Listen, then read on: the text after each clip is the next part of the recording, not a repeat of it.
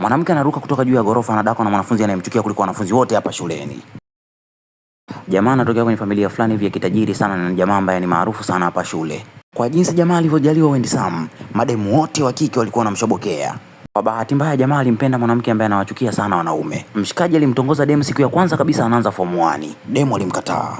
Kutokana na ukaribu wa herufi za majina yao wakapangwa darasa moja. Jamaa alivyoingia darasani demu alijificha chini ya dawati akajigonga kichwani. Demu alijaribu kutoka darasani kwa kukurupuka akajikwaa kwenye dawati. Ili anataka kuanguka mshikaji akamkimbilia akamdaka. Ili amemdaka demu akamsukuma mshikaji. Demu alipojaribu kujishika kichwa mshikaji akamtoa mkono. Akaweka mkono wake kumtuliza maumivu demu.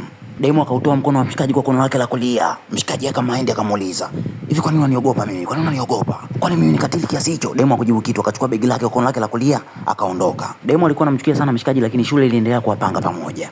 Shule iliendelea kuwasogeza karibu, wakapangiwa vyumba vilivyogeukiana. Jamaa alikuwa anamsikia demu akikoroma wakati wa kulala. Kesho yake jamaa alienda kwenye kipindi cha michezo akiwa anaumwa sana. Hakutaka kabisa kuonyesha unyonge mbele ya demu. Alijifanya mbabe yuko sawa. Mwalimu akampanga demu na mshikaji kwenye timu moja. Kazi yao ilikuwa ni kuhesabiana push up ili washinde. Jamaa alipumbazwa na uzuri wa binti, akasahau kabisa kuhesabu push up. Mwanamke akajua jamaa anafanya makusudi akalipa kisasi na yeye hakuhesabu push up zake. Mwalimu wa michezo alikasirika akampa adhabu jamaa akamwambia inatakiwa akimbie kilomita 5.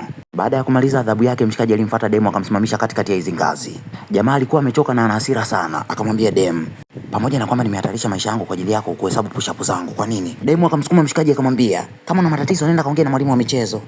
Mshikaji akajisikia kizunguzungu akazimia juu ya mwili wa demu. Demu akagundua mshikaji ana homa kali. Rafiki yake akaja akamdaka. Mshikaji akamwambia demu, "Mshikaji wangu anakupenda kutoka moyoni lakini unamzingua. Amuumiza kila kukicha." Akaondoka. Demu akajisikia vibaya sana. Kesho yake jamaa alivyokuja darasani akaangalia dawati la demu akagundua demu hayupo. Akaona kuna kitu kiko sawa akakimbia kumtafuta. Alipofika nje akakuta demu anakimbizwa na kundi la wauni. Demu akamwambia wauni, "Mkinisogelea tu naruka." Mshikaji akamwambia usiruke. Wauni wanamsogelea demu akaruka. Mshikaji akakimbia akamdaka kwa kono lake la kulia na kushoto. Mshikaji akambeba demu kwa kono lake la kulia na kushoto akampeleka hadi chumbani kwake. Demu alikuwa anatetemeka kinoma. Jamaa akampa demu maji, demu akakataa kunywa. Akamshika kwa kono lake la kushoto akambembeleza anywe. Demu akakubali. Demu akamshukuru mshikaji kwa kumuokoa. Jamaa akamwambia demu, "Usifanye tena hii michezo ya kurukaruka, unahatarisha maisha yako." Demu akaanza kulia akakumbuka kisa kilichomfanya awachukie wanaume wote duniani.